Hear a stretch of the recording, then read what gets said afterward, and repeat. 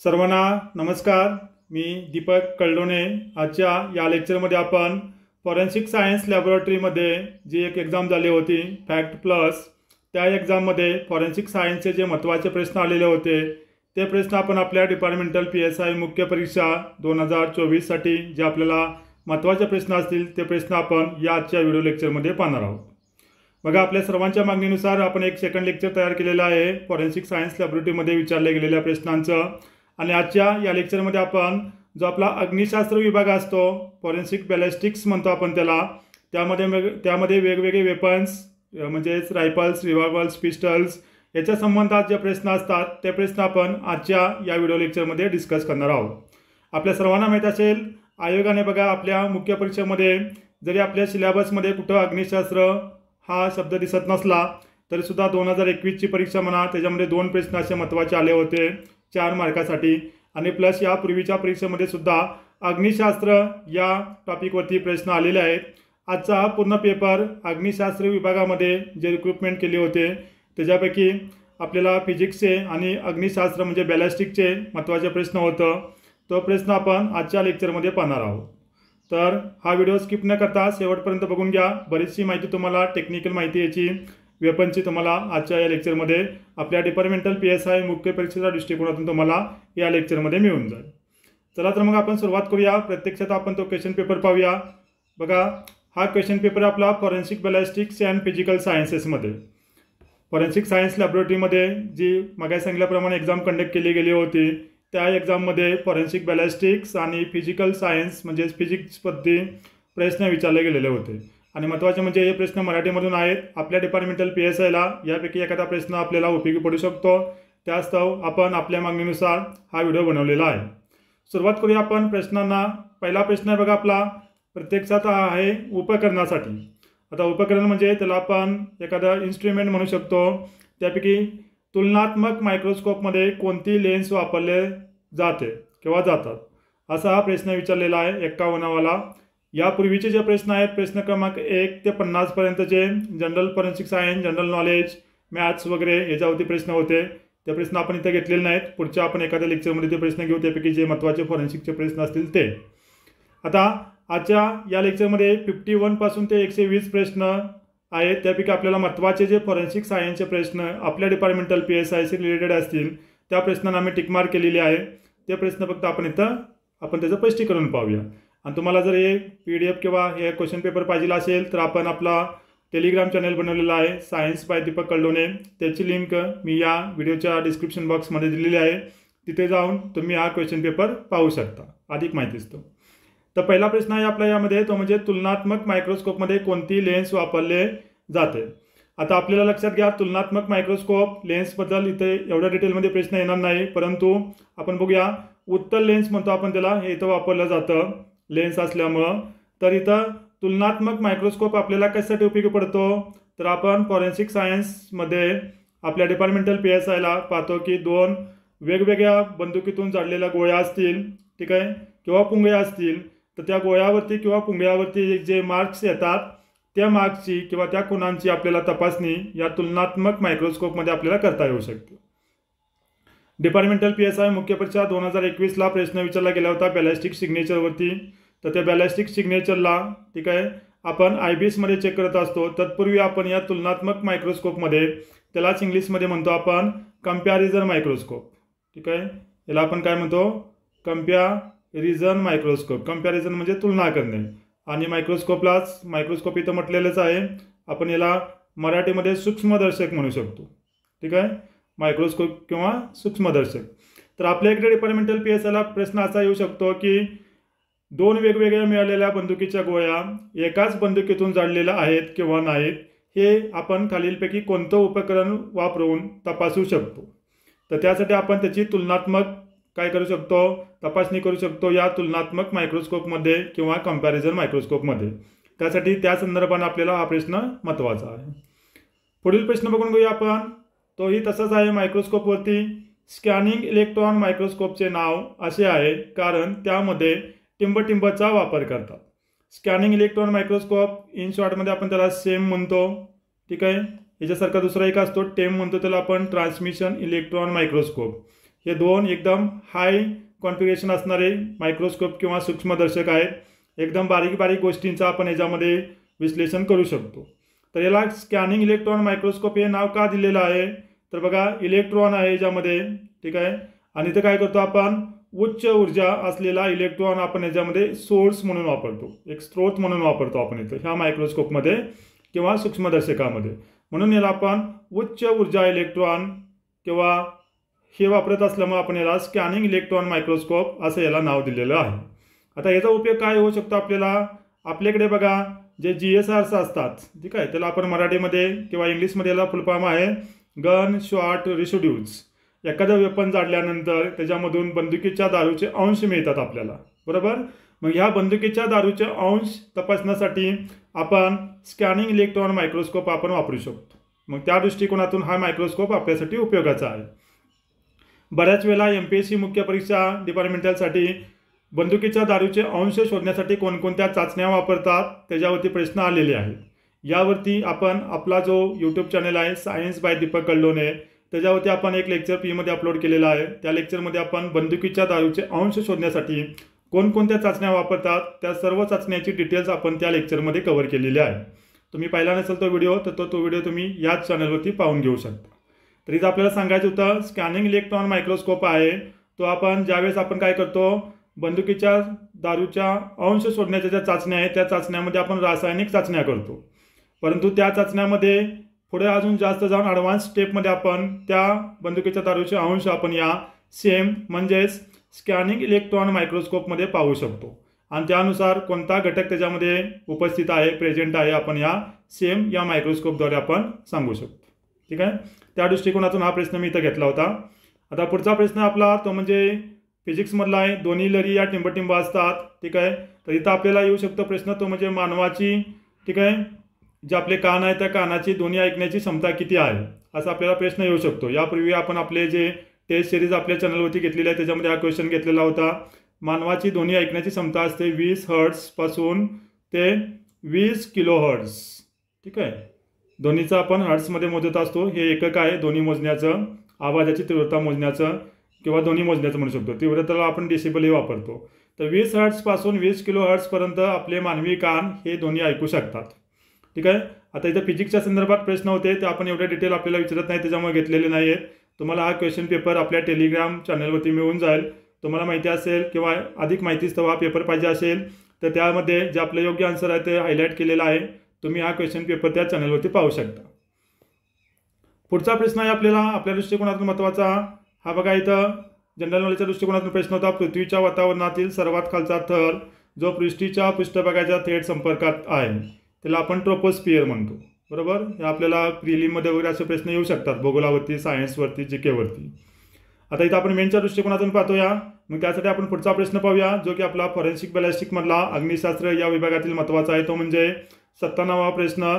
जेव्हा काडतूस सोडले जाते तेव्हा बंदुकीतील पुनरावृत्ती क्रिया कशामुळे होते.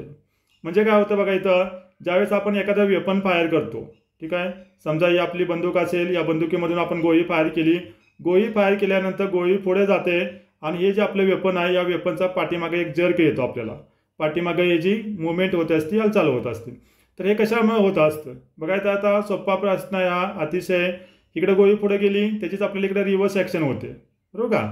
तर ते कशामुळे होतं, न्यूटनचा जो गतीचा तिसरा नियम आहे या तिसऱ्या नियमामुळे आपल्याला इथं होतं. न्यूटनचा तिसरा नियम काय सांगतो, there is a reverse action for every action, ठीक आहे. प्रत्येक जी ॲक्शन होती त्याला एक रिव्हर्स ॲक्शन असते. म्हणजे गोळी पुढे गेली का काय होणार आहे, पाठीमागे जर्क लागेल, त्याच्यामुळे आपण इथं खांद्यावरती तो बट असतो आपल्या वेपनचा त्याला सपोर्ट देत असतो, जेणेकरून आपण ट्रिगर दाबला गोळी उडाली का तो जी आपल्याला वेपन पाठीमागे येतं ते पाठीमागे येऊन आपल्याला धक्का लागू नये म्हणून आपण खांद्यावरती ती रायफल असते तिला आपण सपोर्ट देत असतो.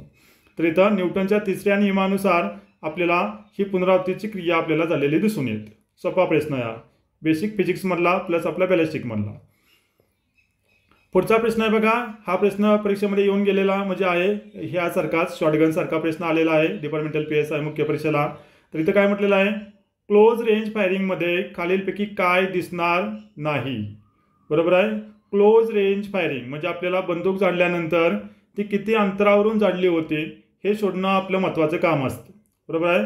मग आपल्याला बंदूक झाडल्यानंतर जे आपला विक्टीम असेल किंवा खाली जे आपल्याला टार्गेट पडलेलं असेल त्या टार्गेटवरती आपल्याला जखमा दिसतात. ठीक आहे, त्या जखमावरून किंवा त्याच्यावरती जे दिसणारे इफेक्ट आहे त्या इफेक्टवरून आपण त्याची रेंज म्हणजे किती अंतरावरून गोळी झाडली हे आपण सांगू शकत असतो. मग इथे काय म्हटलंय, क्लोज रेंज फायरिंगमध्ये खालीलपैकी काय दिसणार नाही म्हटलेलं आहे. मग बघा, अ मध्ये काय म्हटलंय, धगधगणारा थरकाप, ब मध्ये म्हटलंय आग होते, क मध्ये म्हटलंय काळे पडणे आणि ड मध्ये म्हटलंय क्रशिंग. तर क्रशिंग इथं होत नाही, क्लोज रेंज आहे. ठीक आहे, म्हणजे समजा इथं आपली टार्गेटची बॉडी आहे आणि इथं थोडंसं अंतर आहे दोघांच्या मध्ये, त्याला आपण काय म्हणतो, क्लोज रेंज म्हणतो. मग या क्लोज रेंजमध्ये काय होईल बघा, आपल्याला धगधगणारा थरकाप दिसू शकतो. इथं आग इथं आपल्याला दिसलेली दिसून येते आग आल्यामुळे, आणि इथं बंदुकीच्या दारूचं ज्वलन झाल्यामुळे जो धूर येतो त्या धुरामुळे इथं आपल्याला काळं पडलेलं दिसून येऊ शकतं. क्रशिंग इथं आपल्याला दिसणार नाहीये, क्रशिंग हा फिनॉमिना इथे नसतोच, त्याच्यामुळं अ ब आणि क बरोबर आहे, ड आपल्याला दिसणार नाही. क्रशिंगच्या ऐवजी इथं आपण वापरतो त्याला इंग्लिशमध्ये आपण स्कॉर्चिंग म्हणतो. ठीक आहे, स्कॉर्चिंग असं म्हणतो आपण त्याला, ते इथं असू शकतं. ठीक आहे, तर इथं आपल्याला म्हटलंय काय दिसणार नाही, तर चौथा ऑप्शन आहे ड वाला, तो आपल्याला इथं दिसणार नाही. पुढचाही प्रश्न बघा रायफलवरचाच किंवा बॅलिस्टिक मधलाच आहे. तो प्रश्न असा आहे, रायफल बंदुकीच्या बॅरलमधील जमिनी आणि खंदकामुळे होणाऱ्या या त्रासाची पुष्टी कशाद्वारे केली जाऊ शकते. काय म्हटलंय, रायफल बंदुकीच्या बॅरलमधील जमिनी आणि खंदकामुळे होणाऱ्या या त्रासाची पुष्टी कशाद्वारे केली जाऊ शकते. तर मगाशीच पाहिलं होतं बघा आपण, इथं काय दिलेत ऑप्शन, स्टिरिओ मायक्रोस्कोप, नंतर stereo zoom microscope, compound microscope आणि तुलनात्मक मायक्रोस्कोप. तर या तुलनात्मक मायक्रोस्कोपद्वारे आपण त्याची तुलना करू शकतो किंवा पुष्टी करू शकतो. तुलनात्मक मायक्रोस्कोपमध्ये काय असतात बघा, असे दोन कंपाऊंड मायक्रोस्कोप असतात, दोन स्टेज असतात. या प्रत्येक स्टेजवरती आपण उदाहरणार्थ आपण इथे एक उदाहरण पाहूया की समजा 2 गोळ्या जाळलेल्या आहेत. तर या एका स्टेजवरती आपण एक गोळी ठेवतो, दुसऱ्या स्टेजवरती एक गोळी ठेवतो, आणि वरून आपल्याला इथे एक असा आय लेन्स असतो. ठीक आहे, आयपीस असतो, या लेन्समधून आपण पाहू शकतो. मग याच्यावरती जे मार्किंग असेल एक्झॅक्टली सेम मार्किंग या दुसऱ्या गोळीवरती असेल ते आपण मॅच करतो, त्या दोघांची तुलना करतो, आणि दोन्ही गोळ्या एकाच बंदुकीतून जाळलेल्या आहेत किंवा नाहीत हे आपण, जर दोन्ही मार्किंग एकसारखे असतील तर आपण सांगू शकतो, नसतील तर त्या वेगवेगळ्या मायक्रोस्कोपमधून जाळलेल्या असतील. आता स्टिरिओ मायक्रोस्कोपचा उपयोग कुठं होतो बघा, आपल्याला ज्यावेळेस आपण वादग्रस्त दस्तावेज, आपल्याकडे एक विभाग असतो बघा वादग्रस्त दस्तावेज. ठीक आहे, क्वेश्चन डॉक्युमेंट आपण त्याला म्हणतो, किंवा वादग्रस्त दस्तावेज आपण त्याला मराठीमध्ये म्हणत असतो. या क्वेश्चन डॉक्युमेंटमध्ये ज्यावेळेस आपण वेगवेगळ्या सिग्नेचर वगैरे करत असतो, बरोबर का, मग या सिग्नेचरमध्ये आपल्याला हा जो आपला सिक्वेन्स ऑफ स्ट्रोक म्हणतो आपल्याला, म्हणजे ही पहिली लाईन कधी काढली, दुसरी लाईन कधी काढली, हे शोधण्यासाठी आपण स्टिरिओ मायक्रोस्कोप किंवा स्टिरिओ झूम मायक्रोस्कोप आपण वापरू शकतो. कंपाऊंड मायक्रोस्कोप साधा सिंपल आहे. ठीक आहे, आपल्याला एखादी कुठली गोष्ट सूक्ष्म गोष्ट पाहिजे असेल तर आपण कंपाऊंड मायक्रोस्कोप खाली पाहू शकतो. बरं, आपल्या ज्याकडे कॉइन वगैरे असेल त्या कॉइनवरती ज्या रेषा असतात, मिलिंग थ्रेड्स म्हणतो आपण त्याला, या अशा कॉर्नरवरती, या आपण कंपाऊंड मायक्रोस्कोप खाली पाहू शकतो. तुलनात्मक मायक्रोस्कोप आपण इथं पर्याय क्रमांक ड आपलं उत्तर बरोबर आहे. पुढील प्रश्न आहे बघा आपला 60वा, तो म्हणजे रायफल बंदुकीच्या माध्यमातून गोळीबार करण्यासाठी वापरल्या जाणाऱ्या काडतुसांचे आवरण कशापासून बनवलेले असते. आता रायफल बंदुकीमधून एक विशिष्ट प्रकारचं काडतूस आपण फायर करतो, शॉटगनमधून आपण विशिष्ट प्रकारचं काडतूस फायर करतो, दोघांमध्ये वेगवेगळा डिफरन्स आहे. बरोबर, रायफल बंदूक असणाऱ्या म्हणजे रायफलिंग असणाऱ्या म्हणजेच बंदुकीतून आपण काय करू शकतो, बुलेट फायर करू शकतो, आणि आपण शॉटगनमधून पेलेट्स फायर करतो, हे सगळ्याला माहिती असेल. तर आता इथे काय म्हटलंय, असं रायफलिंग असणाऱ्या बंदुकीच्या माध्यमातून गोळी करण्यासाठी वापरल्या जाणारं जे काडतूस असतं, ठीक आहे, कार्ट्रेज केस म्हणतो किंवा आपण मराठीमध्ये त्याला पुंगळी म्हणतो. तर याचं जे आवरण असतं ते आवरण कशापासून बनलेलं असतं. ठीक आहे, तर अ मध्ये म्हटलंय काडतूस तांबे, ब मध्ये आहे काडतूस पितळ, क मध्ये आहे काडतूस जिंक, क मध्ये आहे काडतूस लोखंड. ठीक आहे, तर याच्यामध्ये काय वापरतं आपण, पिवळ्या कलरचं असतं, पितळचं बनलेलं असतं, त्याच्यामुळे पर्याय क्रमांक ब हे याचं योग्य उत्तर आहे. हे कुठं आहे, रायफलिंग ज्यामध्ये केलेलं असते, म्हणजे आपली जी बंदूक असेल, रायफल असेल, SLR असेल किंवा पिस्टल असेल, रिव्हॉल्वर असेल, त्या सर्वांचं काडतूस आपलं या पितळापासून बनलेलं असतं. ठीक आहे, सॉरी. पुढील प्रश्न आपला गन शॉट रेसिड्यूज, त्यालाच आपण GSR म्हणतो, या कणांच्या अद्वितीय रचनेत कोणते घटक असतात. मगाशीच पाहिलं बघा आपण GSR म्हणजेच गन शॉट रेसिड्यूज, बंदूक जाळल्यानंतर जे आपल्याला गन शॉट रेसिड्यूज मिळतात, बंदुकीच्या दारूचे अंश म्हणतो आपण त्याला. तर त्यामध्ये कोणकोणते घटक असतात असा प्रश्न आपल्याला डिपार्टमेंटल PSI ला सुद्धा येऊ शकतो. तर बघा अ मध्ये म्हटलंय PBलाच आपण म्हणतो लीड, CU म्हणजे कॉपर, आणि BA म्हणजे बॅरियम. ब मध्ये आहे पी-बी म्हणजे लेड, एस-बी म्हणजे अँटीमनी आणि क्यू म्हटलेलं आहे. नंतर ड मध्ये आहे पी-बी म्हणजे लेड पण नायट्रोजन, एन म्हणजे नायट्रोजन आणि बी-ए म्हणजे बॅरियम. आणि क मध्ये काय म्हटलंय पी-बी म्हणजेच त्याला पी-बीलाच आपण म्हणतो प्लंबर असं नाव असतं इंग्लिशमध्ये. ठीक आहे, त्यालाच आपण लेड म्हणतो इंग्लिशमध्ये, मराठीमध्ये आपण त्याला शिसे म्हणतो. ठीक आहे, परीक्षेला हा प्रश्न येऊ शकतो, आपल्यासाठी महत्त्वाचा आहे, त्याच्यामुळे आपण इथं पाहूया. नंतर दुसरा आहे एस-बीला स्टॅनम म्हणतो आपण. ठीक आहे, एस-बी म्हणजे काय आपलं इथं एस-बी आणि नंतर आपला बॅरियम. ठीक आहे, यालाच आपण अँटीमनी म्हणतो मराठीमध्ये.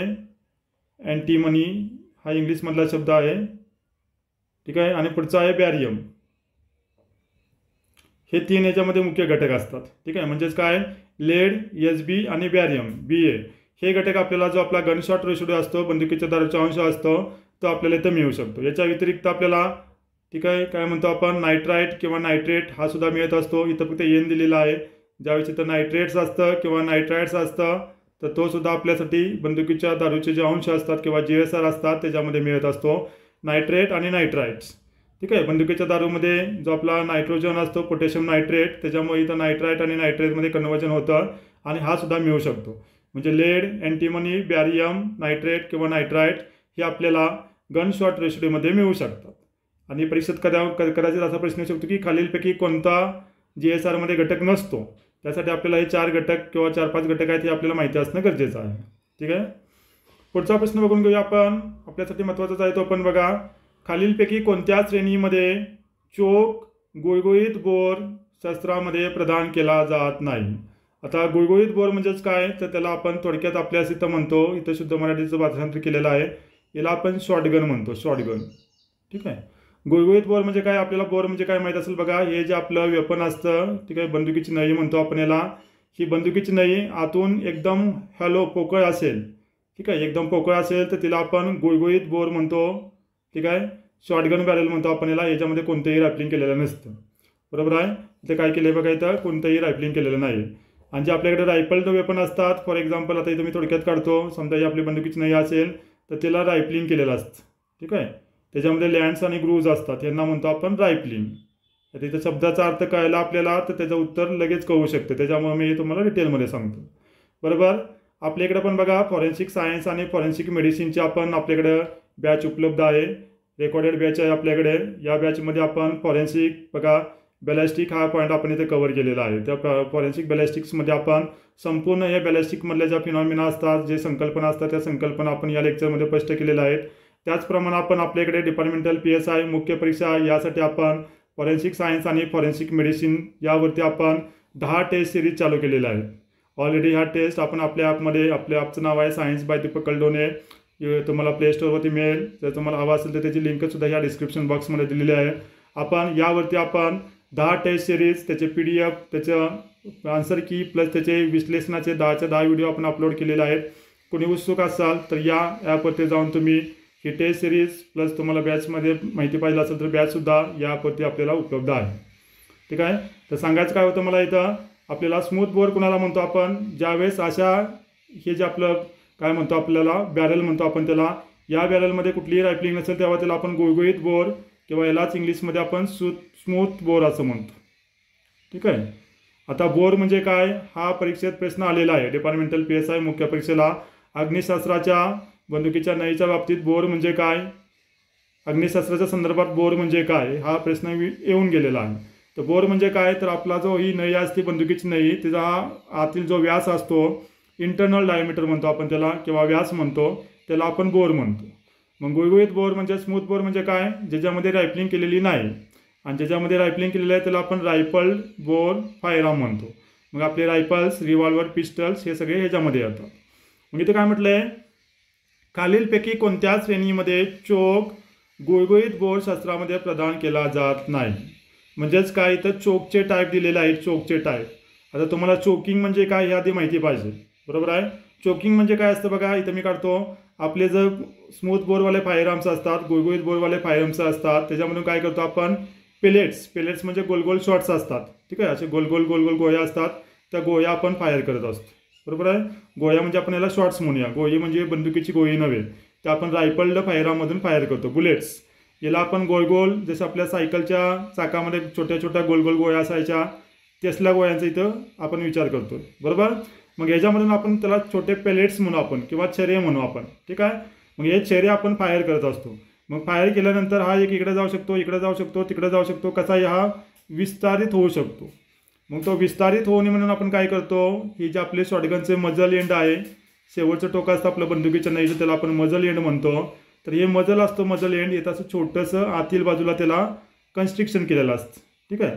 असं केल्यामुळे काय होईल, इथून जे आपले छर्रे किंवा छोटे छोटे गोळे येतील हे सगळे काय होतील, एका स्ट्रेट लाईनमध्ये जातील आणि इथं जे आपलं टार्गेट असेल त्या टार्गेटला हिट करतील.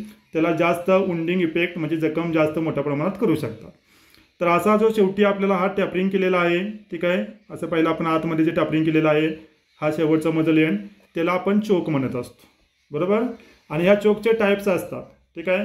मग पूर्ण चोकमध्ये आपण 1 mm पर्यंत त्याला आपण रिडक्शन केलेलं असतं, ठीक आहे. हे शेवटचं जे टोक आहे मजल एंड, ते पूर्ण 1 mm पर्यंत जर आपण रिडक्शन केलं तर त्याला आपण पूर्ण चोक किंवा फुल चोक असं म्हणतो, बरोबर.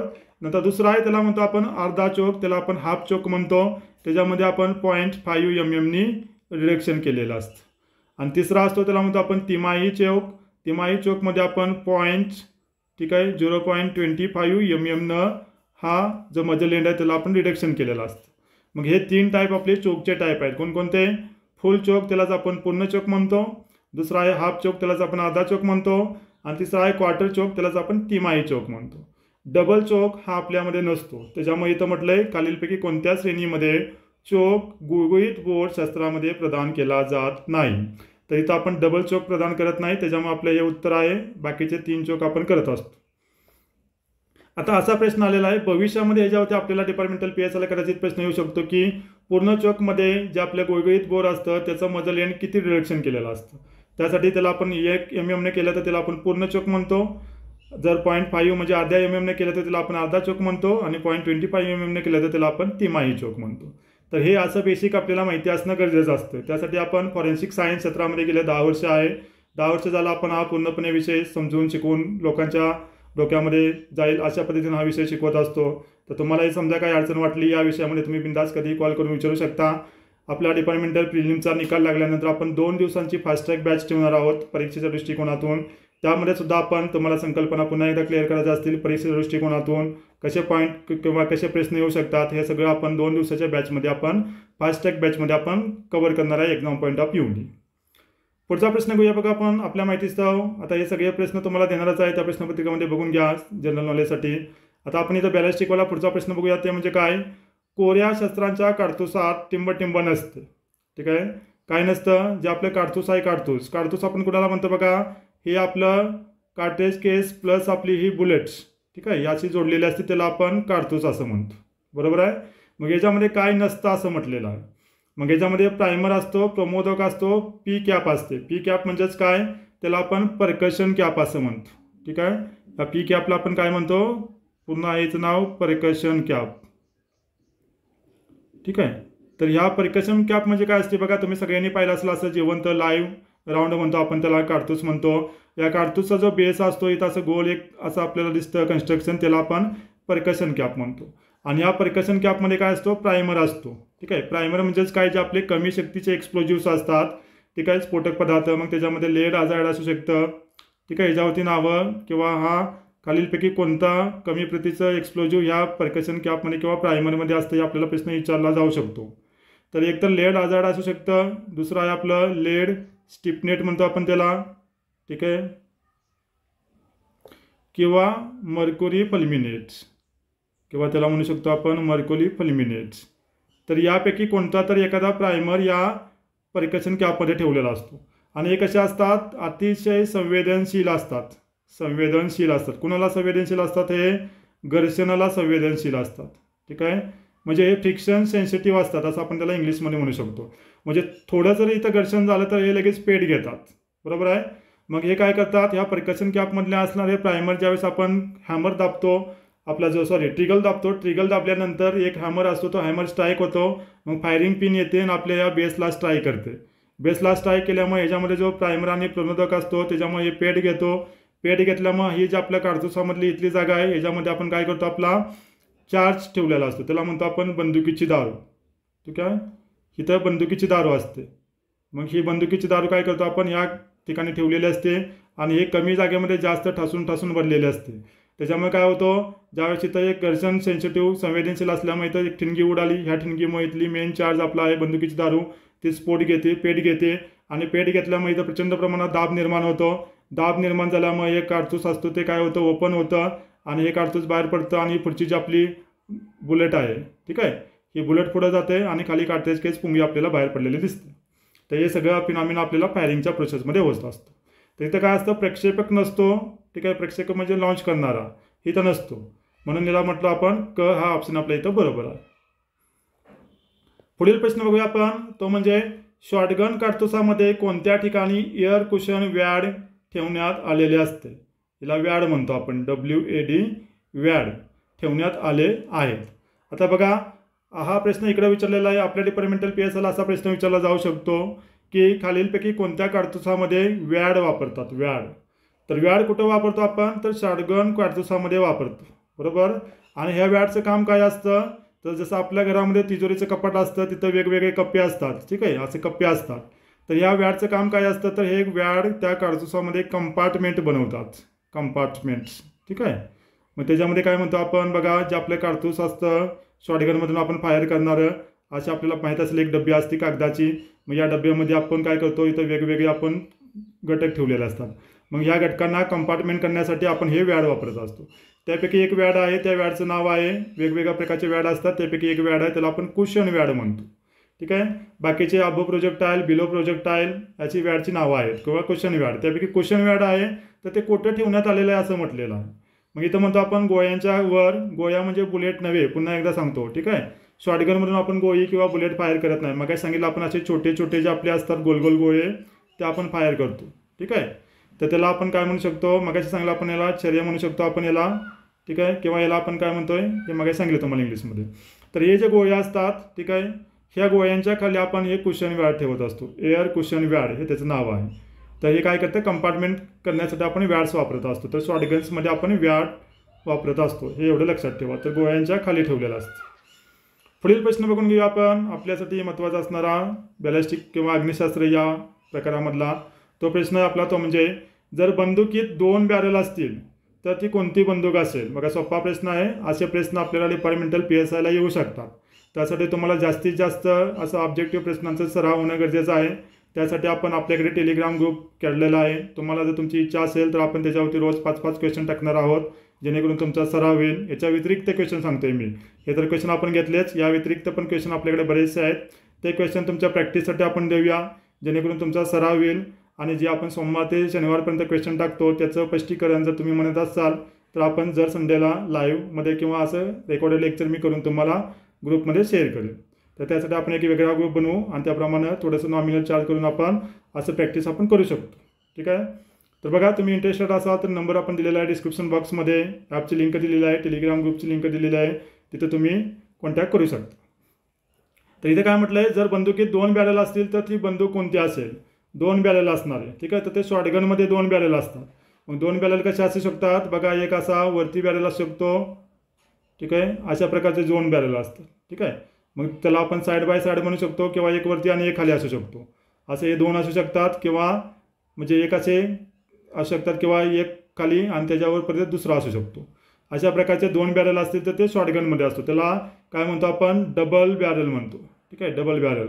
तर डबल बॅरल फक्त आपल्याला शॉटगनमध्ये दिसू शकतो, कारण जी डबी असते आपण याच्यामधून एक फायर करू शकतो, याच्यामधून एक फायर करू शकतो.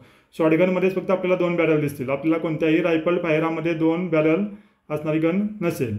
तर 2 बॅरल असतील तर त्याला आपण शॉटगन म्हणू. बंदुकीमध्ये, पिस्टलमध्ये, रिव्हॉल्वरमध्ये आपल्याला 2 बॅरल नसतात, एकच बॅरल असतो. बॅरल म्हणजे काय, ही जी आपलं वेपन आहे, वेपनची जी आपली ही नळी आहे, पुढची नळी, लांब नळी, तिला आपण बॅरल असं म्हणतो. बरोबर आहे, बॅरल असं म्हटलं जातं.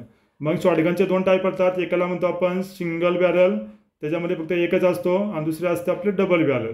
ठीक आहे, त्याच्यामध्ये 2 बॅरल असतात. पुढचा प्रश्न आपला जीकेच्या संदर्भात, धोक्याचे संकेत लाल रंगाचे असतात कारण. ठीक आहे, ज्यावेळेस आपण एखादा डेंजर वगैरे देत असतो, सांगत असतो, त्यावेळेस आपण लाल रंग वापरतो. का वापरतो, तर हा लाल रंग असतो तो वातावरणातील हवेच्या रेणूंद्वारे त्यांचे प्रकिरण कमीत कमी होत असते, त्यासाठी आपण हे वापरत असतो. फक्त इथं आपल्याला जीकेच्या संदर्भात होता, कदाचित आला तिकडे तर आपण असा एखादा प्रश्न विचारला जातोय त्यासाठी घेतलेला आहे. पुढे काय म्हटलंय, फोटो इलेक्ट्रिक डिटेक्टरचा वापर कशात होतो.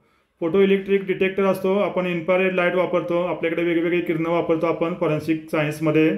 ठीक आहे, मग त्याच्यामध्ये आपण इन्फ्रारेड म्हणजे त्यालाच आपण अवरिक्त किरण म्हणतो. नंतर आपल्याकडे दुसरं असतात अतिनील किरणे, त्यालाच आपण अल्ट्राव्हायोलेट प्रकाश म्हणतो. इथं किरणांच्या बाबतीत हा प्रश्न थोडासा मला वाटला, त्यासाठी घेतलेला आहे. तर वेगवेगळ्या किरणांचा उपयोग आपण फॉरेन्सिक सायन्समध्ये करत असतो, त्याच्यावरती पण आपण पोलीस तपासात किरणांचा उपयोग असा आपल्या व्हिडिओचं टायटल असणारा व्हिडिओ आपण अपलोड केलेला आहे. तुम्ही पाहिला नसेल तर तो व्हिडिओ तुम्ही पाहू शकता. आपल्या या सायन्स बाय दीपक कल्डोने यूट्यूब चॅनलवरती तो आहे, तुम्ही तो पाहून घेऊ शकता. कुठली किरणं आपल्यासाठी महत्त्वाची आहे, त्यांचा उपयोग आपण कशासाठी करतो, कारण प्रत्येक परीक्षेमध्ये ह्या किरणावरती प्रश्न आपल्याला आलेला दिसून येतो. ठीक आहे, पुढचा प्रश्न बघूया आपण आपल्या बॅलिस्टिकच्या संदर्भात कोणता आहे तो. आता इथं आपला संगणक आहे, आपला संगणक हा सुद्धा आपल्यासाठी महत्त्वाचा पार्ट आहे. मग त्याच्यासाठी आपल्याला सोपा सिंपल प्रश्न असा आहे की 1 बाईट कशाचा सामायन आहे. ठीक आहे, तर 1 बाईट म्हणजे 8 बीट असतो, सगळ्यांना माहीत असेल. सर्वात स्मॉलेस्ट एकक आहे बाईट. ठीक आहे, आणि हा 1 बाईट 8 बीटपासून बनलेला असतो. ठीक आहे, तर हे संगणकाच्या बाबतीत हा प्रश्न होता. दुसरा प्रश्न आपला फिजिक्सच्या बाबतीत आवाजाची जी पातळी असते त्याच्या संदर्भात आहे. पुढचा प्रश्न, जर 2 व्यक्ती सामान्य संभाषण करत असतील, काय करत असतील, सामान्य संभाषण करत असतील, तर आवाजाची पातळी अंदाजे किती असेल. ठीक आहे, सामान्य संभाषण करत असताना आवाजाची पातळी असते, ते मोजण्याचे एकक आहे बघा. महत्त्वाचं म्हणजे आवाजाची पातळी मोजण्याचे एकक कोणता आहे, असा प्रश्न येऊ शकतो, तो आहे डेसिबल. ठीक आहे, मग 2 व्यक्ती सामान्य संभाषण करत असताना जी आवाजाची पातळी असते ते साधारणपणे 60 डेसिबल असते. ठीक आहे, त्याच्यामुळे इथं उत्तर आहे क. आता पुढचा प्रश्न आपला फिंगरप्रिंटच्या संदर्भात आहे. फिंगरप्रिंट तपासणीमध्ये ECEVची, ठीक आहे, ECEV म्हणजेच काय, त्याला म्हणतो आपण इथं ई आहे पुन्हा आणि व्ही. ठीक आहे, ECEV त्याला काय म्हटलंय, आंतरराष्ट्रीय कार्यपद्धत काय संदर्भित करते. तर काय म्हटलंय इथं, विश्लेषण, त्यालाच आपण अनालिसिस म्हणतो. नंतर सी म्हणजे तुलना, कंपॅरिझन आहे. पुन्हा मूल्यमापन आहे आणि त्याची पडताळणी म्हणजे व्हेरिफिकेशन. ठीक आहे, पडताळणीला आपण व्हेरिफिकेशन म्हणतो, मूल्यमापनला आपण इव्हॉल्युशन म्हणतो. सी म्हणजे इथं तुलना म्हणजे कंपॅरिझन, आणि ठीक आहे, आणि विश्लेषण म्हणजे अनालिसिस. ठीक आहे, तर इथं काय म्हटलं इथं ए. ठीक आहे, इथं ए नाही ई आपण इथं लिहिलं होतं बघा, इथं असं आहे ए नंतर सी नंतर ई आणि व्ही असं विचारलेलं आहे. हे आपण फिंगरप्रिंटमध्ये वापरतो. ए म्हणजे अनालिसिस, त्यालाच आपण विश्लेषण म्हणतो. सी म्हणजे कंपॅरिझन, त्याला आपण तुलना म्हणतो. ई म्हणजे इव्हॉल्युशन, त्याला आपण मूल्यमापन म्हणतो. आणि व्ही म्हणजे व्हेरिफिकेशन, त्याला आपण पडताळणी म्हणतो. तर हे फिंगरप्रिंटच्या बाबतीत आहे, आंतरराष्ट्रीय पद्धतीनं असं हे केलं जातं. पुढे बघा आपला जो आपलं टेप ऑथेंटिफिकेशन डिव्हिजन असते, आपण आपलं ACBमध्ये आपण टेप रेकॉर्डिंग वगैरे घेऊ शकतो, त्याच्यामधला हा प्रकार येऊ शकतो. ॲनालॉग व्हिडिओ टेपमध्ये कोणत्या प्रकारचे संपादन केले जाऊ शकते. ठीक आहे, तर ॲनालॉग आणि डिजिटल. ठीक आहे, हे 2 आपले टाईप असतात, ॲनालॉग आणि दुसरा आहे तो म्हणजे डिजिटल. ठीक आहे, जे आपण आवाजाचे नमुने घेतो आपण, त्याच्यामध्ये ॲनालॉग आणि डिजिटल हे 2 टाईप पडतात. तर ॲनालॉग व्हिडिओ टेपमध्ये कोणत्या प्रकारचे संपादन केले जाऊ शकते, त्याला म्हणतो आपण रेखीय. ठीक आहे, सरळ रेषेमध्ये असणारं रेखीय संपादन आपण याच्यामध्ये करू शकतो. पुढील प्रश्न बघूया आपण आपल्या दृष्टिकोनातून महत्त्वाचा, तो म्हणजे काय, WMV म्हणजेच काय, WMV. इथं अशा बाबतीत आपण इंग्लिशमध्ये घेऊन त्याचा आपण परफेक्ट आपण त्याचा फुलफॉर्म पाहू शकतो. तर WMV व्हिडिओ फाईलचा फुलफॉर्म काय आहे. ठीक आहे, तर आपण संगणकाच्या बाबतीत त्याला घेऊ शकतो. तर त्यालाच आपण W म्हणजे विंडोज, M म्हणजे मीडिया, V म्हणजे व्हिडिओ. ठीक आहे, विंडोज मीडिया व्हिडिओ असं आपण याला म्हणू शकतो. पर्याय क्रमांक क इथं बरोबर आहे. पुढचा एक प्रश्न जनरल नॉलेजच्या बाबतीत आहे, किंवा आवाज आपला साऊंड आहे. ठीक आहे, आवाजाचे नमुने हे आपल्यासाठी महत्त्वाचा आहे. मग प्रकाशाचा वेग आहे, ते सुद्धा आपल्यासाठी महत्त्वाचा आहे.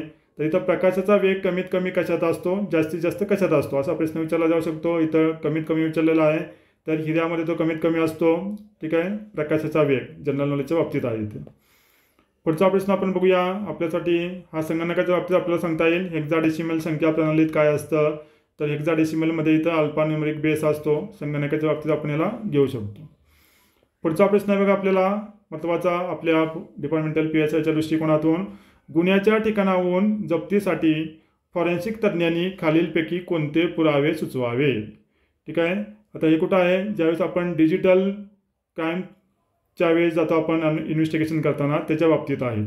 डिजिटल क्राईम्स इन्व्हेस्टिगेशनमध्ये खालीलपैकी फॉरेन्सिक तज्ज्ञांनी काय सुचवावं असं म्हटलं आहे. तर इथं एकमध्ये म्हटलं आहे, अमध्ये कनेक्टर आणि केबलसह DVR, बमध्ये आहे DVRची फक्त हार्ड डिस्क, कमध्ये आहे CD DVD फक्त संबंधित व्हिडिओ क्लिप आणि वरीलपैकी काही नाही. तर अशा वेळेस आपण जो DVR वापरतो म्हणजे जो कनेक्टर आणि केबलसह त्याचा आपल्याला DVR घेऊन जायचा आहे. त्याचा कनेक्टर पाहिजेत, केबलसहित आपण ॲज इट इज तो DVR घेऊन जाऊ शकतो, कनेक्टर आणि केबलसहित. बरोबर. त्याच्यामुळे हे महत्त्वाचं आहे, फक्त त्याची हार्ड डिस्क घेऊन जायची ना आपल्याला. तर ॲज इट इज हे पूर्ण DVR, केबल आणि त्याचे कनेक्टर सहित त्याला लॅबमध्ये घेऊन जायचं आहे. पुढील प्रश्न आपला व्हॉइस रेकॉर्डिंगवाला आवाजावरती. व्हॉइस रेकॉर्डिंगचे ट्रान्स्क्रिप्शन फॉरेन्सिक एक्झामिनरना कशासाठी हवे असते. ठीक आहे. आता ट्रान्स्क्रिप्शन म्हणजे काय की ज्यावेळेस आपण व्हॉइस रेकॉर्डिंग आपल्या इथं तपासायला येतात, टेप ऑथेंटिफिकेशन नावाची डिव्हिजन असते फॉरेन्सिक सायन्स लॅबोरेटरीला. त्यामध्ये वेगवेगळ्या व्यक्तींचं संभाषण असेल, फोन कॉल्स असतील, ठीक आहे, ऑडिओ रेकॉर्डिंग असेल, हे रेकॉर्डिंग वगैरे आपण इथं या टेप ऑथेंटिफिकेशन डिव्हिजनला आपण एक्झामाइन करत असतो. तर इथे काय म्हटलं आहे, व्हॉइस रेकॉर्डिंगचे ट्रान्स्क्रिप्शन फॉरेन्सिक एक्झामिनरला कशासाठी हवे असते. मध्ये म्हटलं आहे परीक्षा अहवालात नमूद करावयाच्या संकेत शब्दांच्या निवडीसाठी. नंतर म्हटलं आहे नमुना आवाजात सापडणाऱ्या संकेत शब्दांच्या निवडीसाठी. मध्ये म्हटलं आहे प्रश्नार्थक आवाजात सापडणाऱ्या संकेत शब्दांच्या निवडीसाठी. आणि मध्ये म्हटलं आहे प्रश्न आणि नमुना आवाज या दोन्हीमध्ये तुलना करावयाच्या क्ल्यू शब्दांच्या निवडीसाठी. त्याला आपण ट्रान्स्क्रिप्शन म्हणतो. ठीक आहे. आपण म्हणजे काय, नमुना आवाज म्हणजे काय, एखाद्या व्यक्ती जी आपली संशयित असेल त्याचा आपण नमुने घेतो, आवाजाचे नमुने, त्याला आपण नमुना आवाज म्हणतो. आणि प्रश्न आवाज म्हणजे काय, जे आपल्याकडे कॉल रेकॉर्डिंग असेल, ठीक आहे, किंवा फोन रेकॉर्डिंग असेल, त्याच्यामध्ये त्या व्यक्तीचा आवाज आहे, तो आवाज ह्याच व्यक्तीचा आहे का नाही हे चेक करण्यासाठी आपल्याला हे ट्रान्स्क्रिप्शन घ्यायचं असतं. मग जो आपला प्रश्नाचं संभाषण असेल, ठीक आहे, जे संभाषण आहे की जे प्रश्नार्थक आहे त्याच्यामध्ये कुठला तर असं काहीतरी इश्यू झाला असल्याने तो आपल्याकडे चेक करण्यासाठी आला, तर त्या प्रश्नार्थक संवादामध्ये किंवा त्या आवाजामध्ये जो आपला एखादा क्ल्यू वर्ड असेल, तो क्ल्यू वर्ड आपण जो आपला नमुना आवाज घेतला त्याच्यामध्ये असणाऱ्या क्ल्यू वर्डचा आपल्याला मॅच करायचा असतो. आणि ते मॅच झाले आणि आपल्या सर्वांना माहीत असेल कमीत कमी असे 20 पॉईंट आपण मॅच करतो. हे 20 पॉईंट आपल्या नमुना आवाजामध्ये आणि प्रश्न आवाजामध्ये जर मॅच झाले तर तो हा नमुना आवाज आणि प्रश्न आवाज एकाच व्यक्तीचा म्हणजे सेम व्यक्तीचा आहे हे आपण सांगू शकतो. ज्या व्यक्तीचा आपण नमुना आवाज घेतला आहे त्याच व्यक्तीचा हा प्रश्न आवाज आहे हे आपण सांगू शकतो जर 20 पॉईंट मॅच झाले. तर त्यासाठी आपल्याला क्ल्यू वर्ड फाइंड करण्यासाठी व्हॉइस रेकॉर्डिंगचं ट्रान्स्क्रिप्शन आपल्याला गरजेचं असतं. टेप ऑथेंटिसिटीसाठी आपल्याला हा प्रश्न येऊ शकतो.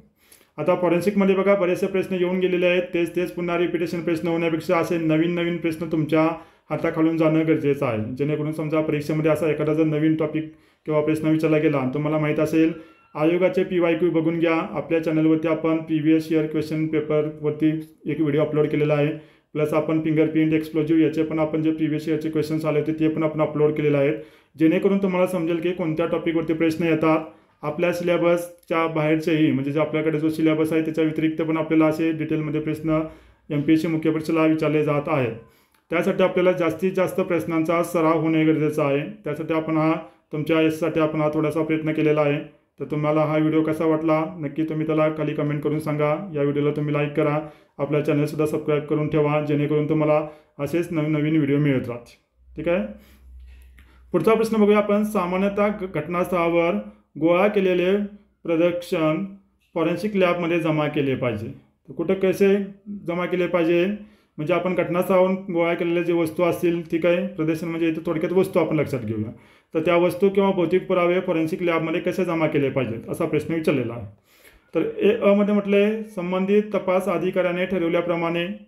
मध्ये म्हटले केवळ एका पार्सलमध्ये सीलबंद अवस्थेत. परत काय म्हटलंय स्वतंत्र पार्सलमध्ये सीलबंद अवस्थेत आणि फक्त म्हटले सीलबंद अवस्थेत. म्हणजे जे वेगवेगळे नमुने आपण गोळा करतो हे प्रत्येक नमुने आपण म्हणजे समजा फॉर एक्झाम्पल आपण बुलेट मिळाली तर बुलेट स्वतंत्र पॅकमध्ये तिला पॅक करायचे. पुंगळी मिळाली तर पुंगळी आपण प्रत्यक्षात सेपरेटमध्ये त्याला पॅक करायचे. जर आपल्याला केसाचे नमुने मिळाले तर केसाचे नमुने आपण सेपरेट पार्सलमध्ये त्याला पहिल्यांदा काय करायचं आहे व्यवस्थित त्याला पॅकिंग करायचं आहे. पॅकिंग केल्यानंतर त्याच्यावरती आपल्याला लेबल लावायचं आहे. पॅकिंग वगैरे झाल्यानंतर त्याला आपल्याला सील करायचं आहे. आणि प्रत्येक पॅकेट आपल्याला पॅकिंग करून सीलबंद करून म्हणजे आपला सील जे मोहर असते ते मोहर उमटवून आपल्याला फॉरेन्सिक सायन्स लॅबोरेटरीला त्याला पुढे पाठवायचं आहे. त्याच्यामुळे इथं हा पर्याय आपला बरोबर आहे. पुढील प्रश्न पाहूया आपण, आवाजावरचा आहे. जर प्रश्न आणि नमुना आवाज वेगवेगळ्या भाषांमध्ये असेल तर कशा अशा खालीलप्रमाणे वापरले जाईल. ठीक आहे, म्हणजे प्रश्न आपला जो आवाज आहे, आवाज एखादा ज्या आवाजावरती आपला क्वेश्चन आहे तो आवाज एका भाषेमध्ये आहे आणि जर आपण त्या व्यक्तीचा नमुना आवाज घेतला तो नमुना आवाज वेगळ्या भाषेमध्ये, म्हणजे थोडक्यात आपण प्रश्न आहे आपला तो मराठीमध्ये आहे आणि नमुना आवाज आपण त्या व्यक्तीचा हिंदी भाषेमध्ये घेतला. तर अशा वेगवेगळ्या भाषेमध्ये असेल तर खालीलपैकी काय वापरलं जाऊ शकतं. अ मध्ये म्हटले मजकूर स्वतंत्र वक्ता ओळख प्रणाली. ब मध्ये म्हटले भाषा स्वतंत्र वक्ता ओळख प्रणाली. क मध्ये म्हटले गॉसियन स्पीकर मॉडेल. ड मध्ये म्हटले लॅपलेक्स स्पीकर मॉडेल. बघा आता इथं काय म्हटलंय, वेगवेगळी भाषा आहे. सोपा प्रश्न आहे, जास्त कन्फ्यूज व्हायची गरज नाही. वेगवेगळ्या भाषांमध्ये आहे त्याच्यामुळे आपण काय म्हणू शकतो इथं, भाषा स्वतंत्र वक्ता ओळख प्रणाली. म्हणजे त्याची स्वतंत्र भाषा असेल, वेगवेगळी भाषा असेल, त्या भाषावरून आपण त्या व्यक्त्याची किंवा त्या बोलणाऱ्याची आपण ओळख पटवू शकतो. त्याला आपण म्हणतो भाषा स्वतंत्र वक्ता ओळख प्रणाली. ठीक आहे, तर अशा प्रकारे हा प्रश्न होता आवाजामधला. पुढचा प्रश्न आपला अग्निशास्त्रामधला आहे, तो बघून घेऊया आपण. 92वा प्रश्न आहे, बंदुकीच्या बॅरलमुळे गोळीवर झालेल्या खुणा हे कशाचे उदाहरण आहे. डिपार्टमेंटल PSIला असे प्रश्न येऊ शकतात, असे प्रश्न येण्याची जास्त शक्यता असते. बघा आपण जखमा वगैरे पाहतो तर कोणती जखम कशामुळे होते, खुणा महत्त्वाच्या असतात. त्याचप्रमाणे आपण पाहिलं बंदुकीच्या बॅरलमुळे गोळी जास्त आपली गोळी झाडलेली. ठीक आहे, इथे काढू आपण. अशी समजा ही आपली बुलेट आहे, ह्या झाडलेल्या बुलेटवरती काय होतात, खुणा दिसतात. ठीक आहे, अशा इथं आपल्याला खुणा झालेल्या दिसतात. त्यालाच आपण एकतर स्टायरेशन मार्क किंवा रायफलिंग मार्क म्हणतो. तर हे मार्क किंवा खुणा येतात. ह्या खुणा कशाचं उदाहरण आहे. एक मध्ये म्हटले अ मध्ये घर्षणाच्या खुणा. 2 मध्ये म्हटले इंडेंटेड मार्क. 3 मध्ये म्हटले कॉम्प्रेशन मार्क आणि ड मध्ये म्हटले इम्प्रेशन मार्क. तर हे इम्प्रेशन आहे. इम्प्रेशन म्हणजे काय, ज्यावेळेस एखादा हार्ड ऑब्जेक्ट सॉफ्ट ऑब्जेक्टवरती त्याच्या खुणा सोडतो त्याला आपण इम्प्रेशन मार्क्स म्हणतो. तर इथं आपला बंदुकीचा बॅरल आहे, त्याच्यामध्ये रायफलिंग केलेली आहे. तर रायफलिंगमुळं ही आपली बंदूक आहे शिशाची आहे, त्या शिशाच्या बंदुकीवरती ही आपली जी गोळी आहे ती शिशापासून बनलेली आहे. तर ह्याच्यावरती काय होतं आहे, त्याच्या खुणा इम्प्रिंट होतात म्हणून आपण याला इम्प्रेशन मार्क्स असं म्हणतो. ठीक आहे, पुढचा प्रश्न आपला, जे आपल्याला आग लागलेली असते आगीचं वर्गीकरण करतो आपण. ठीक आहे, तर ज्वलनशील द्रव्यांचा समावेश असलेल्या आगीचे वर्गीकरण कोणत्या प्रकारात केले जाते. ठीक आहे, म्हणजे जी आपली आग लागते त्या आगमध्ये पेट्रोलियम प्रोडक्ट असतील किंवा वेगवेगळे प्रोडक्ट असतील, त्याच्यावरून आपण त्याला अ वर्ग, ब वर्ग, क वर्ग आणि ड वर्ग असं आपण त्या आगीचं जे आपले पदार्थ असतात त्यांच्या स्वरूपावरून आपण त्यांचं वर्गीकरण करू शकतो. तर जे ज्वलनशील पदार्थ असतात किंवा द्रव्य असतात, द्रव्य म्हणजे लिक्विड असणारे, पातळ असणारे. ठीक आहे, अशा द्रव्यांचा समावेश आपण कुठल्या प्रकारात करतो, तर त्याला आपण ब वर्गमध्ये त्याचा आपण समावेश करत असतो.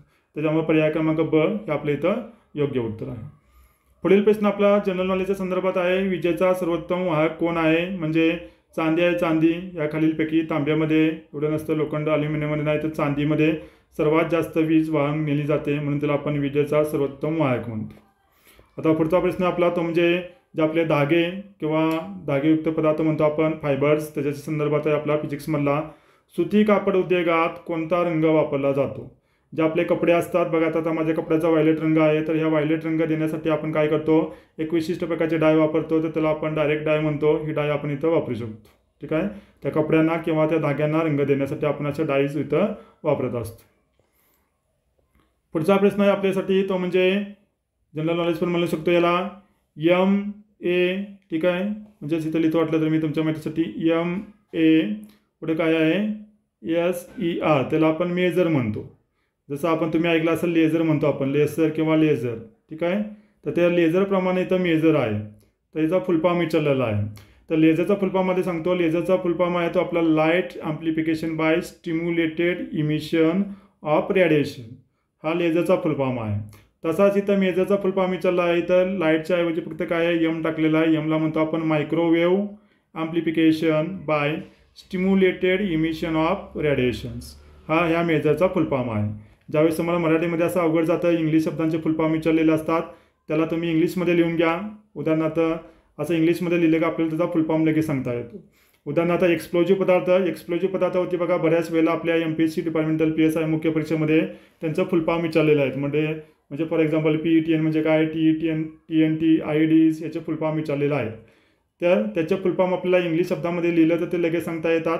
आपण पाठीमागच्या आपल्या ह्या चॅनलवरती एक व्हिडिओ अपलोड केलेला आहे, त्याच्यामध्ये आपण एक्सप्लोजिव्ह या टॉपिकवरती MPSCने मुख्य परीक्षेमध्ये आपल्या डिपार्टमेंटल PSIला जेवढे क्वेश्चन्स विचारलेले आहेत त्या सगळ्या क्वेश्चनचं आपण विश्लेषण त्या व्हिडिओमध्ये केलेलं आहे. तुम्ही पाहिला नसेल तर तो व्हिडिओ तुम्ही पहा.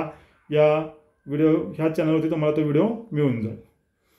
पुढचा प्रश्न बघूया आपण. आपल्यासाठी महत्त्वाचा असणारा तो म्हणजे हा आपल्याला संगणकामध्ये सांगता येऊ शकतो. चुंबकीय साठवण माध्यमाचे उदाहरण कोणते? ठीक आहे. तर चुंबकीय साठवण माध्यम करण्यासाठी आपण जसं आपण पाहतो DVD, memory card, SIM card, ठीक आहे, CD वगैरे आपण वापरत असतो. त्यापैकी एक जी फ्लॉपी डिस्क आहे, या फ्लॉपी डिस्कमध्ये आपण चुंबकीय साठवण पद्धतीने त्याच्यामध्ये डाटा आपण साठवण करून ठेवू शकतो. ठीक आहे. तसाच पुढचा प्रश्न बघूया आपण. प्रकाश किरणांना सूर्यापासून पृथ्वीवर येण्यास किती वेळ लागतो? हा प्रिलिमच्या दृष्टिकोनातून प्रश्न होता. छोटासा जनरल नॉलेजचा 8 मिनिटापर्यंत येऊ शकतो. हा 8 मिनिटावर थोडेसे सेकंद लागतात. पुढे काय आहे? मॅक्सवेलचा आहे, आपल्यासाठी नाही, फिजिक्ससाठी महत्त्वाचा आहे. आता हा सुद्धा आपला थोडासा जीकेच्या संदर्भात आहे. दळणवळणासाठी उपयुक्त असणारा पृथ्वीच्या वातावरणातील तर कोणता? जे आपलं मोबाईल कम्युनिकेशन वगैरे आहे त्या मोबाईल कम्युनिकेशनच्या बाबतीत हा येऊ शकतो. त्यासाठी हा प्रश्न महत्त्वाचा आहे. जे आपला आयनोस्फिअर आहे, या आयनोस्फिअरमध्ये काय असतात? तर आयन्स असतात, वेगवेगळे आयन्स. या आयन्समुळे आपल्याला काय होतं? जे आपलं दळणवळण असतं ते आपल्याला या आयनोस्फिअरमुळे होत असतं. पुढचा प्रश्न आपला फॉरेन्सिक बॅलिस्टिकमधला तो म्हणजे AK-47मध्ये गोळी झाडण्याचा दर किती असतो? ठीक आहे. बंदुकीमधलं बघा जास्त फेमस असणारी बंदुकीचा टाईप आहे हा AK-47. तर या AK-47मध्ये गोळी झाडण्याचा दर किती असतो पर मिनिटाला विचारलेला आहे. तर AK-47मध्ये आपण साधारणपणे 600 राऊंड म्हणजे 600 राऊंड आपण प्रत्येक मिनिटाला आपण फायर करू शकतो. ठीक आहे. त्याच्यामुळे ही बंदूक जास्त पॉप्युलर आहे. बघा AK-47चा इथं गोळी झाडण्याचा दर विचारलेला आहे. असे प्रश्न आपल्याकडे डिपार्टमेंटल PSIला विचारले जाऊ शकतात. तर आपण आपल्या व्हिडिओमध्ये जी आपली रेकॉर्डेड बॅच आहे मगाशी सांगितल्याप्रमाणे बघा इथं जे आपण रेकॉर्डेड बॅच केलेलं आहे त्याच्यामध्ये आपण आपल्या भारतामध्ये सध्या ज्या आपल्याकडे रायफल्स वापरल्या जातात, ठीक आहे, म्हणजे ज्या महत्त्वाच्या रायफल्स असतील त्या रायफल्स त्याचा व्हेलॉसिटी किती असते, इफेक्टिव्ह रेंज किती असते, एका मिनिटाला किती राऊंड फायर करू शकतात, मॅगझिनमध्ये किती गोळ्या बसू शकतात, हे सर्व आपण हा जो फॉरेन्सिक बॅलिस्टिकचा टॉपिक घेतलेला आहे त्या टॉपिकमध्ये आपल्या रेकॉर्डेड बॅचमध्ये आपण सांगितलेलं आहे. तर आपल्याकडे डिपार्टमेंटल PSI मुख्य परीक्षेसाठी फॉरेन्सिक सायन्स, फॉरेन्सिक मेडिसिनची मी स्वतः शिकवलेली बॅच आपण रेकॉर्डेड तयार केलेली आहे. सायन्स बाय दीपक कल्डोने यावरती तुम्हाला ती बॅच मिळेल. इथं नंबर दिला त्या नंबरवरती पण तुम्ही कॉन्टॅक्ट करू शकता. त्याचप्रमाणे मगाशी सांगितल्याप्रमाणे आपण डिपार्टमेंटल PSI मुख्य परीक्षा यासाठी आपण 10 क्वेश्चन पेपर बनवलेले आहेत. बरोबर आहे. तर या 10 क्वेश्चन पेपर PDF स्वरूपाचे आहे, त्याचे आन्सर की आहेत प्लस त्याचे एक्सप्लेनेशन व्हिडिओसुद्धा आपण या सायन्स बाय दीपक कल्डोने या ॲपवरती आपण अपलोड केलेला आहे. अधिक माहितीसाठी तुम्ही हे ॲप डाउनलोड करू शकता किंवा कॉल करून माहिती घेऊ शकता. ठीक आहे.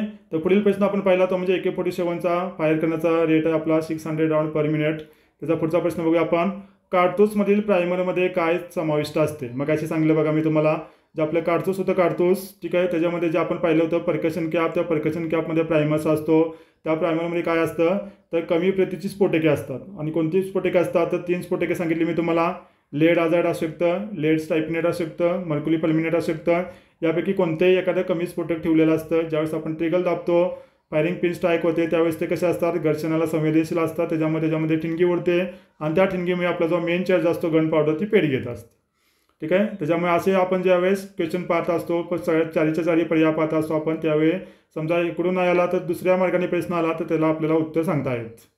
ठीक आहे. आता पुढचा प्रश्न आपला तो म्हणजे कंपाऊंड मायक्रोस्कोप इथं महत्त्वाचे आहेत बघा बऱ्याच वेळा इथं. तर कंपाऊंड मायक्रोस्कोपमध्ये काय असतं तर इथं आयपीस फोकल लांबी ऑब्जेक्टिव्हपेक्षा जास्त असते. फक्त हा टेक्निकल प्रश्न आहे, एवढ्या डिटेलमध्ये जायची गरज नाही, आपल्याला तो येणार नाही आहे. फक्त कंपाऊंड मायक्रोस्कोपपेक्षा आपल्याकडे तुलनात्मक मायक्रोस्कोप महत्त्वाचा आहे बंदुकीच्या गोळ्या झालेला आपल्याला चेक करण्यासाठी. पुढचा प्रश्न महत्त्वाचा आहे बघा आपल्याकडे. आपण स्मॉल आर्म्स म्हणतो, बरोबर आहे. तर स्मॉल आर्म्स आपल्याला फक्त माहीत असतं की ज्याचा बॅरल म्हणजे बंदुकीची ही जी नळी आहे, ही जी नळी आपली ज्याच्यामध्ये लहान असते, आकूड असते, तिला आपण स्मॉल आर्म्स म्हणतो. मग उदाहरणार्थ पिस्टल असेल किंवा रिव्हॉल्वर असेल. हे आपलं ढोबळमानानं क्लासिफिकेशन झालं. आता आपण ॲक्युरेटली सायंटिफिकली जर पाहिलं तर म्हणजे काय, लहान शस्त्रे त्यालाच आपण स्मॉल आर्म्स म्हणतो. अशी शस्त्रे आहेत की जी किती व्यासाचे प्रक्षेपक फायर करू शकतात. प्रक्षेपक म्हणजे काय, त्याला आपण प्रोजेक्टाईल असं म्हणतो इंग्लिशमध्ये. ठीक आहे. प्रोजेक्टाईल म्हणजे काय, त्याच्यामधून आपण जे फायर करतो ते, उदाहरणार्थ आपली जी बुलेट असेल त्या बुलेटला आपण प्रोजेक्टाईल म्हणतो. ठीक आहे. बुलेट्स याला आपण प्रोजेक्टाईल म्हणतो. मग अशी लहान शस्त्र कोणती की ते किती व्यासाचं प्रोजेक्टाईल म्हणजे प्रक्षेपक फायर करू शकतात. तर 1 इंचापेक्षा कमी व्यास असणारी प्रोजेक्टाईल्स फायर करणाऱ्या शस्त्रांना आपण लहान शस्त्र म्हणजेच आपण स्मॉल आर्म्स असं म्हणतो. ठीक आहे. स्मॉल आर्म्स असं आपण म्हणू शकतो.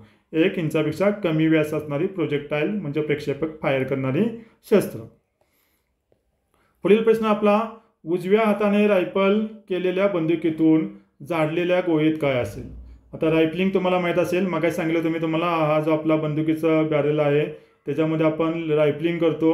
हे रायफलिंग म्हणजे काय, तर त्याच्यामध्ये लँड्स आणि ग्रूव्ज, ठीक आहे, हे आपण त्याच्यामध्ये क्रिएट करत असतो, त्याला आपण रायफलिंग म्हणतो. मग या रायफलिंगचे 2 टाईप असतात, एक तर क्लॉकवाईज किंवा अँटी क्लॉकवाईज म्हणतो आपण त्याला, किंवा त्यालाच आपण राईट हँडेड आणि लेफ्ट हँडेड म्हणू शकतो, म्हणजेच उजव्या हाताचे आणि डाव्या हाताचे. तर ते काय म्हटलंय, उजव्या हाताने रायफल केलेल्या बंदुकीतून झाडलेल्या गोळीत काय असेल? ठीक आहे, तर बघा उजवा हात म्हणजे आता सांगितले मी तुम्हाला, तर त्यालाच म्हणतो आपण क्लॉकवाईज रायफलिंग. म्हणजे जे आपलं घड्याळ असतं, घड्याळामध्ये इथं 12 असतं, इथं 3 असतं, इथं 6 असतं आणि इथं 9 असतं. तर या घड्याच्या काट्याच्या दिसून जातं, म्हणून याला आपण क्लॉकवाईज डिरेक्शन म्हणतो. हे आपल्या उजव्या हाताकडे आहे म्हणून त्याला आपण उजव्या हाताची रायफलिंग म्हणतो, त्यालाच आपण क्लॉकवाईज रायफलिंग म्हणतो. मग असं बेसिक माहिती असेल तर तुम्हाला कुठलाही प्रश्न चुकण्याची काही शक्यता नाही आहे. आपल्याला त्याच्यामध्ये मार्क मिळू शकतात, फक्त आपल्याला तो कॉमन सेन्स लावणं आणि त्या विषयाचं बेसिक नॉलेज असणं गरजेचं आहे. ठीक आहे, तर त्यासाठी बघा फॉरेन्सिक सायन्स, फॉरेन्सिक मेडिसिन आपला गेम चेंजिंग सब्जेक्ट असतो, तो चांगल्या पद्धतीने शिकणं महत्त्वाचं आहे, जेणेकरून आपल्याला कोणताही मार्क जाऊ नये. पुढचा आपल्याकडे आहे ग्लासचे तुकडे म्हणजे काचेचे तुकडे होते हा प्रश्न आहे. तर ऑटोमॅटिक ग्लास खालीलपैकी कशापासून बनलेला असतो? ऑटोमॅटिक म्हणजे जे आपले वाहनांच्या काचा असतात, बऱ्याच वेळेला आपल्याला वाहन अपघात होतो आणि त्यावेळेस आपल्याला असे काचेचे तुकडे किंवा ग्लासचे तुकडे मिळतात, मग ते आपण लॅबला पाठवतो भौतिकशास्त्र डिव्हिजनमध्ये. तर या ऑटोमॅटिक ग्लासमध्ये काही काही घटक असतात, तर त्याच्यामध्ये पोटॅशियम, के म्हणजे Mg म्हणजे मॅग्नेशियम आणि Al म्हणजे ॲल्युमिनियमचे ऑक्साईड्स असतात. कोणाकोणाचे ऑक्साईड्स असतात? पोटॅशियम आणि मॅग्नेशियम आणि ॲल्युमिनियम यांचे ऑक्साईड या ऑटोमॅटिक ग्लासमध्ये असतात. पुढचा प्रश्न आपल्याला काय म्हटलंय, गोळीचे परावर्तन म्हणजे काय? ठीक आहे, परावर्तन म्हणजे यालाच आपण इंग्लिशमध्ये म्हणतो डिफ्लेक्शन ऑफ बुलेट्स. ठीक आहे, deflection of bullet, DEFLECTION, deflection of bullets, त्यालाच आपण म्हणतो मराठीमध्ये गोळीचं परावर्तन. गोळीचं परावर्तन म्हणजे काय, की समजा आपल्याला गोळी आहे आणि ही गोळी आपल्या समजा इथे एक टार्गेट आहे, या टार्गेटला आपल्याला मारायचे आहे. ठीक आहे, ह्या टार्गेटपासून ह्या गोळीचा मार्ग बदलला इकडे जाणे, त्यालाच म्हणतो आपण ती लक्ष्यापासून विचलित होते. जे आपलं टार्गेट आहे, लक्ष्य आहे, या लक्ष्यापासून ही जा ह्या मार्गामध्ये न जाता ही अशी विचलित झाली, डिफ्लेक्शन म्हणतो त्याला, डिफ्लेक्ट झाले असं म्हणतो, त्यालाच म्हणतो आपण गोळीचं परावर्तन होणे. तर ते लक्ष्यापासून विचलित होणे, आपलं पर्याय क्रमांक क येतं आपलं उत्तर बरोबर आहे. पुढील प्रश्न आपला गुरुत्वाकर्षण स्थिरांक, आपला सायन्समधला बेसिक प्रश्न आहे, प्रिलिमला येण्यासारखा, तर इथं आपल्यासाठी महत्त्वाचं नाही. आता पुढचा प्रश्न आपला तो म्हणजे बंदुकीच्या बाबतीत आहे आपला, इकडे फायर आर्मच्या बाबतीत, तर तो म्हणजे कॅनेलर म्हणजेच. ठीक आहे, आता कॅनेलर संज्ञा तुम्ही कधी ऐकली नसेल तर ती काय आहे बघा, गोळीच्या तोंडावर कटनाई करणे, गोळीला भक्कमपणे सुरक्षित ठेवण्यासाठी काडतूस केसवर बेसवर कटनाई करणे. क मध्ये म्हटलंय गोळी घट्ट सुरक्षित ठेवण्यासाठी काडतूस प्रकरणाच्या तोंडावर कठीणाई करणे. आणि ड मध्ये म्हटलंय गोळी सुरक्षित ठेवण्यासाठी काडतूस केस सेंटरवर कठीणाई करणे. तर त्याला काय म्हणतो बघा आपण, कॅनेलर. कॅनेलर म्हणजे काय, आपले ही जी गोळी आहे गोळी, ती गोळी घट्ट आणि सुरक्षित ठेवण्यासाठी हे जे आपलं काडतूस आहे काडतूस, त्या काडतूसच्या तोंडावरती आपण काय करतो, कठीणाई करतो. ठीक आहे, त्यालाच म्हणतो आपण काय, कॅनेलर. तर कॅनेलर ही संज्ञा कशाशी संबंधित आहे असा प्रश्न आला आपल्याकडे डिपार्टमेंटल पेस आला, तर ते आपल्याला अग्निशास्त्राशी संबंधित आहे आपल्याला सांगता आलं पाहिजे. तर त्याच्यामध्ये आपण काय करतो, आता सांगितल्याप्रमाणे गोळी घट्ट आणि सुरक्षित ठेवण्यासाठी, मग आपण इथं काढलं होतं बघा डायग्राम, हे आपलं काडतेस केस असतं आणि इथं पुढं आपली बुलेट असते. ठीक आहे, मग ही बुलेट या काडतेस केसमध्ये म्हणजे या पुंगळीमध्ये घट्ट ठेवण्यासाठी हे जे आपलं काडतूसचं तोंड आहे, तोंड, ठीक आहे, या तोंडावरती काय करतो आपण, कठीणाई करतो. या कठीणाईमुळे काय होतं, ही जी बुलेट आहे बुलेट या काडतूसमध्ये घट्टपणे पकडली जाते. आणि ठीक आहे, आणि मग काय सांगितल्याप्रमाणे ज्यावेळेस फायरिंग होईल, हा चार्ज पेट घेईल, प्रचंड प्रमाणात प्रेशर दाब निर्माण होईल, त्यावेळेस हे गोळी इथून निघेल आणि पुढे जाईल आणि खाली आपल्याला काडतूस केस इथं मिळून जाईल. तर त्याला आपण इथं म्हणतो कठीणाईला कॅनेलर असं म्हणतो. तर कॅनेलर ही संज्ञा आपल्याला अग्निशास्त्राशी संबंधित आहे, एवढं इथं लक्षात ठेवायचं. पुढचा प्रश्न बघूया आपण. आता पुढचा प्रश्न पण आपला नॉर्मल आहे, आपला जो म्हणजे आपण म्हणू शकतो फायर फ्लाय हे कशाचे उदाहरण आहे. फायर फ्लाय म्हणजे काय, एक फ्लाय म्हणजे माशी असते. ठीक आहे, ही माशी आपल्याला आकाशात म्हणजे आपल्याला वातावरणामध्ये उडताना त्याच्यामधून आपल्याला एक प्रकाश बाहेर आलेला दिसून येतो. तर हे कशाचं उदाहरण आहे, त्याला आपण बायोल्युमिनेसन्स असं म्हणतो. ठीक आहे, बायो म्हणजे ऑर्गॅनिझम. ठीक आहे, माशी हा आपला एक सजीव आहे, ऑर्गॅनिझम आहे, आणि ल्युमिनेसन्स म्हणजे हा प्रकाश दिसणे. ठीक आहे, मग त्याला म्हणतो आपण बायोल्युमिनेसन्स. बायोल्युमिनसन्स, ठीक आहे. असं याचं स्पेलिंग बघून घ्या, इथं ॲक्युरेट लिहिलेलं नाही मी. थोडक्यात इथं मराठीत लिहिलं बायोल्युमिनसन्स. बायो म्हणजे सजीव आणि ल्युमिनसन्स म्हणजे प्रकाश, म्हणजे सजीव जो प्रकाश सोडतो, ठीक आहे. त्याला बघा तुम्ही पाहिलं असेल, आपण त्याला रातकिडा वगैरे म्हणतो, काजवा म्हणतो आपण थोडक्यात त्याला. काजवा पाहिलं, काजवा जसं रात्रीच्या वेळेला आपल्याला काय दिसतो, त्याच्यावरती लाईट दिसते, तर ते कशाचं उदाहरण आहे, या बायोल्युमिनसन्सचं उदाहरण आहे. पुढचा आपण जी काही सारखा प्रश्न आहे, गॅमा किरणांना कशाद्वारे थांबवता येत नाही. ते गॅमा किरणे बघा महत्त्वाचे आहे. जी किरणं आणि किरणाचं सांगतो मी तुम्हाला बऱ्याच वेळेला. आपल्याला इथं फक्त अतिनील किरणे, अवरक्त किरणे, क्षय किरणे याच्यावरती प्रश्न विचारलेला आहे. त्याच्यावरती आपण आपला या चॅनलवरती व्हिडिओ अपलोड केलेला आहे. पोलीस तपासामध्ये किरणांचा उपयोग असं त्याचं टायटल आहे. तो व्हिडिओ पाहिला नसेल तर तुम्ही पाहून घ्या. आता इथं विचारलेलं आहे, गॅमा किरणांना कशाद्वारे थांबवता येत नाही म्हटले. मग पाण्याद्वारे थांबवता येऊ शकते, शिशे आहे, कॉन्क्रीट आहे, मानवी शरीराला हे भेदून जातात, त्याच्यामुळे याच्यामुळे याला आपल्याला थांबवता येत नाही. पर्याय क्रमांक ड हे आपल्या इथं योग्य उत्तर आहे. पुढील प्रश्न आपला तो म्हणजे रमन इफेक्ट काय सांगतो. रमन स्पेक्ट्रोस्कोपी हा इफेक्ट आहे किंवा प्रश्न आहे, तो आपल्यासाठी इथं एवढा महत्त्वाचा नाही आहे. पुढील प्रश्न बघूया आपल्याला, तो म्हणजे व्हिडिओ फाईल्समध्ये डी इंटरलेसिंग म्हणजे काय असतं. आपल्याला जे आपलं संगणक वगैरे आहे, ॲडव्हान्स टेक्नॉलॉजी, त्याच्यामध्ये आपल्याला हा प्रश्न येऊ शकतो, ठीक आहे. तर डी इंटरलेसिंग म्हणजे काय, तर त्यालाच म्हणतो आपल्या ज्या व्हिडिओ फाईल्स असतात, म्हणजे एखादा जो व्हिडिओ असतो तो जर आपला क्वेश्चन झाला तर त्याला आपण फॉरेन्सिक सायन्समध्ये डिजिटल फॉरेन्सिक लॅबोरेटरी असते, तिथं आपण पाठवतो. मग त्याच्यामध्ये आपल्याला डी इंटरलेसिंग म्हणजे काय ते विचारलेलं आहे. तर इंटरलेक्टेड व्हिडिओ सामग्रीचे पुरोगामी व्हिडिओ सामग्रीमध्ये रूपांतर करणे, त्याला म्हणतो आपण डी इंटरलेसिंग, ठीक आहे. तर या प्रश्नाचं उत्तर आहे आपलं पर्याय क्रमांक ब. तर अशा तऱ्हेने इथं 20पर्यंत 120पर्यंत प्रश्न झाले. तर बघा, आजच्या या लेक्चरमध्ये आपण फॉरेन्सिक फिजिकल सायन्सेस, जो की फॉरेन्सिक सायन्स लॅबोरेटरीमध्ये फॅक्ट प्लस नावाची एक्झाम झाली होती, त्या एक्झाममध्ये हे प्रश्न विचारले होते. आणि त्यापैकी प्रश्न जे बॅलिस्टिकच्या दृष्टिकोनातून, अग्निशास्त्राच्या दृष्टिकोनातून आहेत, आपल्या डिपार्टमेंटल PSI मुख्य परीक्षेला येऊ शकतात, त्यावरती आपण हा व्हिडिओ बनवला होता. खास आपल्या आग्रहासह हा व्हिडिओ बनवलेला आहे. असेच तुम्हाला नवनवीन व्हिडिओ, नवनवीन प्रश्नपत्रिकावरती तुमचा सराव होण्यासाठी, MCQचा, ऑब्जेक्टिव्हचा, फॉरेन्सिक सायन्सच्या प्रश्नांचा सराव होण्यासाठी तुम्हाला व्हिडिओ हवे असतील तर तुम्ही कमेंट करून सांगा. अशा प्रकारे आपण नवनवीन व्हिडिओ बनवूया, ठीक आहे. आपण आपला एक टेलिग्राम चॅनल काढलेला आहे, खाली त्याची लिंक दिलेली आहे, त्या लिंकवरती तुम्ही जॉईन व्हा. आणि तुमची इच्छा असेल तर तिथं आपण क्वेश्चन टाकूया आणि त्या पद्धतीनं आपण याचा सरावसुद्धा घेऊया. तर हा व्हिडिओ तुम्हाला कसा वाटला खाली नक्की कमेंट करून सांगा. तुमच्या कमेंट आम्हाला उत्साह देत असतात नवीन नवीन व्हिडिओ बनवण्यासाठी. तर हा व्हिडिओ नक्की कसा वाटला तुम्ही कमेंट करून सांगा. पुढील भविष्यामध्ये तुम्हाला कोणत्या टॉपिकवरती व्हिडिओ हवा असेल तोही तुम्ही सांगू शकता, त्याप्रमाणे आपण व्हिडिओ बनवण्याचा प्रयत्न करूया, ठीक आहे. सर्वांना मुख्य परीक्षेसाठी आपण शुभेच्छा देऊया आणि आजचं लेक्चर आपण इथंच थांबूया. तोपर्यंत सर्वांना धन्यवाद. थँक्यू.